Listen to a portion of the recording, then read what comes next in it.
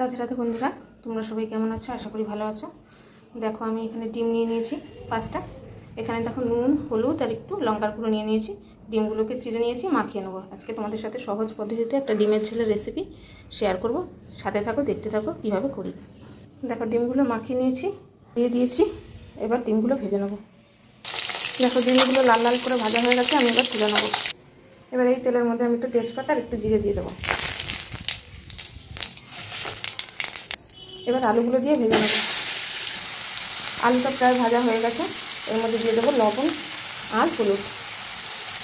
হলুদটা আগে দিলাম, লবণটা পরে দিচ্ছি। এখানে দেখো বন্ধুরা, আমি আদা, রসুন, একটা পেঁয়াজ, টমেটো আর কাঁচা লঙ্কা পেস্ট করে নিয়েছি। এই পেস্টটা এবার আলুর মধ্যে দিয়ে দেবো। দেখো কাঁচা মশলাটা আমি দিয়ে দিয়েছি। এবার এটা আমি সুন্দর করে কষিয়ে নেব।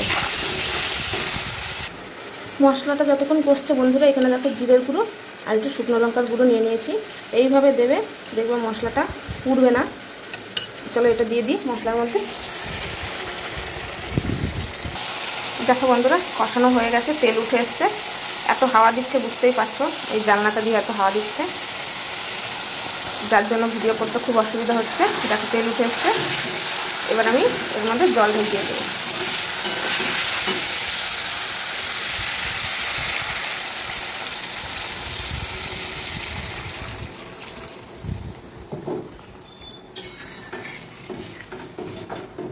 এটাকে ফুটতে দেবো।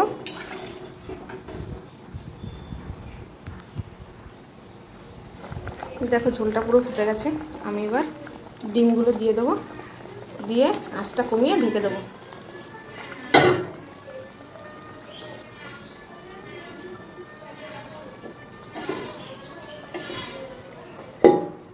আবার 5 মিনিট পরে আসছি। দেখো বন্ধুরা, ডিমের ঝোলের জন্য আমি একটু গরম মশলা নিয়ে নিয়েছি গোটা, এটাকে বেটে নেবো। দেখো বন্ধুরা, আমার ডিমের ঝোল রেডি হয়ে গেছে আর আলুগুলোও সেদ্ধ হয়ে গেছে। এই গরম মশলা বাটাটা আমি এর মধ্যে দিয়ে দেবো।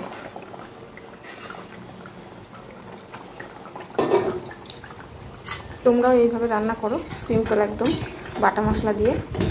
দারুণ সুন্দর একটা সেন্ট বেরিয়েছে। রান্না করে খাও আর আমাকে খেয়ে জানাও কেমন হয়েছে। দেখা হচ্ছে নেক্সট ভিডিওতে। রাধে রাধে বন্ধুরা, ভালো লাগলে চ্যানেলটিকে সাবস্ক্রাইব করে দেবে। যারা ফেসবুকে দেখছো তারা চ্যানেলটিকে ফলো করে দেবে।